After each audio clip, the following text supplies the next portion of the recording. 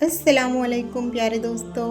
आज की कहानी एक ऐसी बेवा माँ और उसकी बेटी आफिया की है जिसके आंसुओं को सिर्फ अल्लाह देख रहा था।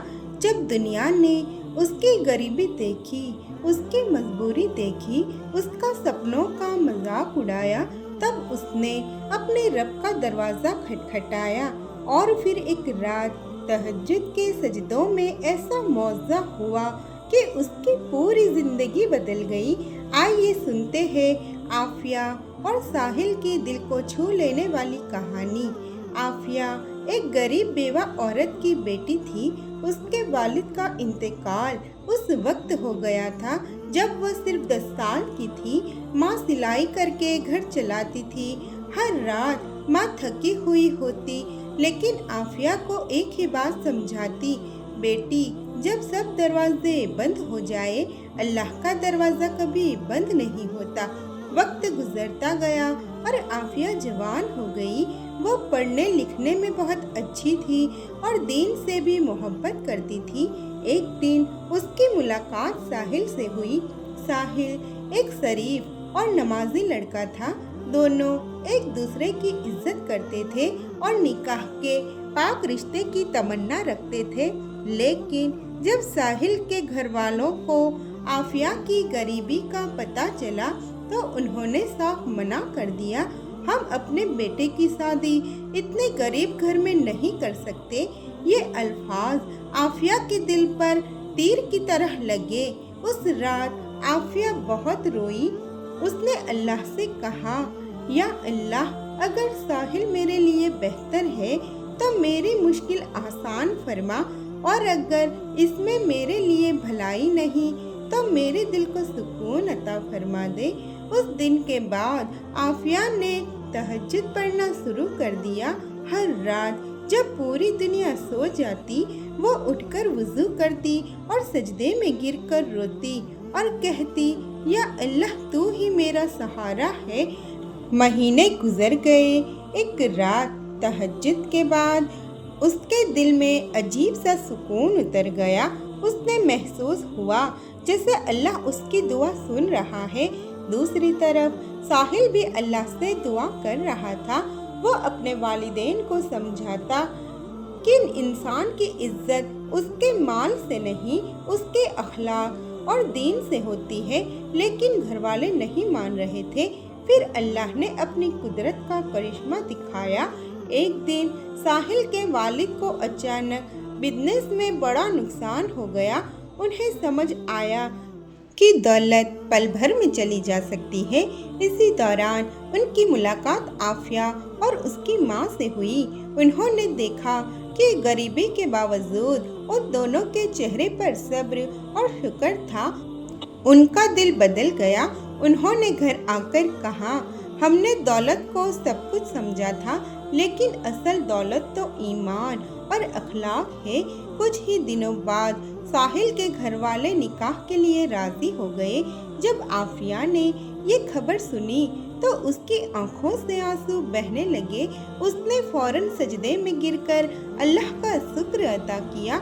निकाह के दिन आफिया ने अपनी माँ को गले लगाया और कहा, माँ, आप सही कहती थी, अल्लाह का दरवाज़ा कभी बंद नहीं होता। माँ की आंखों में भी आंसू आ गए। उन्होंने कहा, बेटी, ये तहज्जुद के सजदों का इनाम है।